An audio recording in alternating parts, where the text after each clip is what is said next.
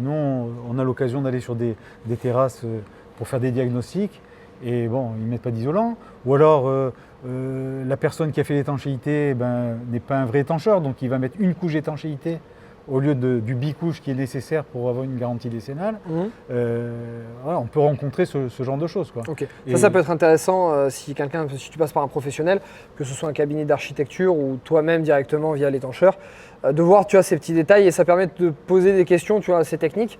Si tu connais rien, tu ne sais pas quoi poser comme question. Là, si tu connais, qu'est-ce que vous faites d'une seule couche, du bicouche Tout à fait. Futur rentier, salut à toi, je te souhaite la bienvenue dans cette nouvelle vidéo de cette série de construction. Encore une fois avec Sergio sur la partie étanchéité. Bonjour. Si tu me découvres pour la première fois dans cette vidéo, merci de nous rejoindre. Je t'explique rapidement le concept. Je construis actuellement 2 maisons. On se situe ici sur l'une d'elles, l'autre est un petit peu au-dessus. Et j'ai décidé de découper chaque étape de cette construction en plusieurs vidéos YouTube pour te faire suivre chaque sujet, que tu puisses évoluer avec nous en fonction de ce projet.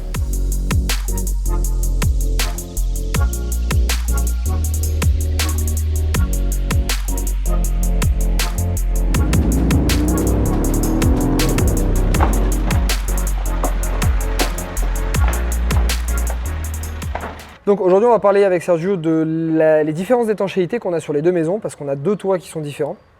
Donc sujet un peu plus technique que la précédente. Donc Sergio, explique-nous un petit peu quelles sont les différences qu'on a entre les 2 maisons. Alors, la particularité de celle-ci, qui est la Villa B, c'est qu'on a 2 systèmes de couverture en fin de compte sur la partie haute du toit, à savoir une couverture tuile qui est bordée d'une terrasse inaccessible. Donc la partie tuile est gérée par le charpentier et le couvreur, et une partie qui est étanchée, donc qui va être faite par nous, et donc qui a une étanchéité donc inaccessible, qui est protégée par un gravier. Donc le gravier sert uniquement à la protection des ultraviolets pour éviter d'endommager l'étanchéité. D'accord. C'est une particularité de notre métier. Voilà. Donc la particularité aussi, c'est que la partie tuile est gérée en isolation thermique sous toiture, à savoir qu'ils vont mettre tout de la laine de verre, je ne sais pas exactement ce qui était prévu ici pour la toiture. Et à notre niveau, donc on a une isolation thermique qui est une mousse polyuréthane sous étanchéité. D'accord. Donc ici, on passe en 140 mm, c'est la RT 2012 qui va permettre d'isoler thermiquement toute la partie inférieure de la maison. D'accord, voilà. Parfait. Et sur la partie, donc la deuxième maison, on a un toit qui est plat. La deuxième maison, la particularité, c'est qu'il y a une seule terrasse, il n'y a pas de toiture tuile. Donc là, on fait la totalité de la terrasse, et avec le même type d'isolant, un isolant polyuréthane, une étanchéité et une protection en gravillon roulé sur la terrasse. D'accord. Pendant qu'on y est dans cette vidéo, quelles sont selon toi les erreurs les plus fréquentes que tu rencontres, soit sur de la rénovation de maison, soit sur de la construction neuve de maison? Alors tout dépend bien sûr, parce que nous, quand on fait de la villa neuve, automatiquement on travaille soit un maître d'œuvre, c'est-à-dire qui va être pris par le client, et souvent et pratiquement toujours avec un architecte. Donc dans tous les cas, il faut être conforme au DTU, c'est-à-dire qu'à notre directive technique, ce qu'on appelle directive technique universelle, qui correspond, c'est notre cahier des charges, et on ne peut pas sortir de ce cadre-là.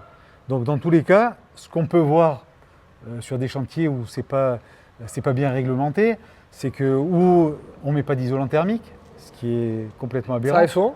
Ça peut arriver. Ah oui. Ça peut arriver. Nous, on a l'occasion d'aller sur des terrasses pour faire des diagnostics, et bon, ils ne mettent pas d'isolant. Ou alors, la personne qui a fait l'étanchéité n'est pas un vrai étancheur, donc il va mettre une couche d'étanchéité au lieu du bicouche qui est nécessaire pour avoir une garantie décennale.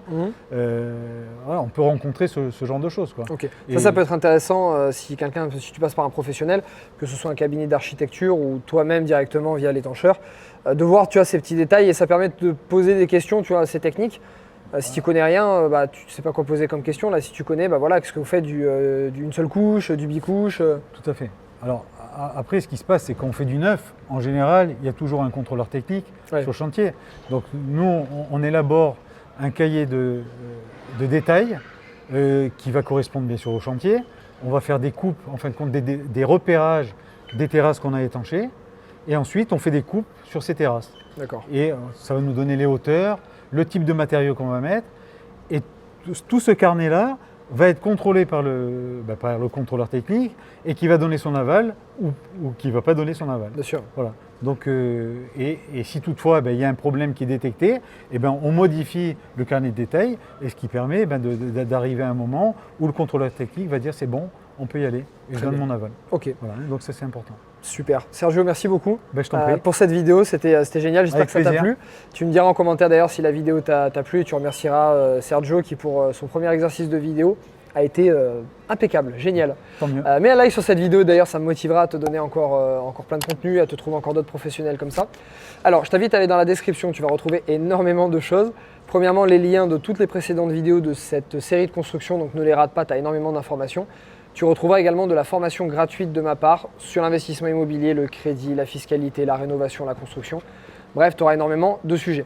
Donc, je te souhaite une très très belle journée et on se dit à très très bientôt pour une prochaine vidéo. Ciao, ciao. Au revoir.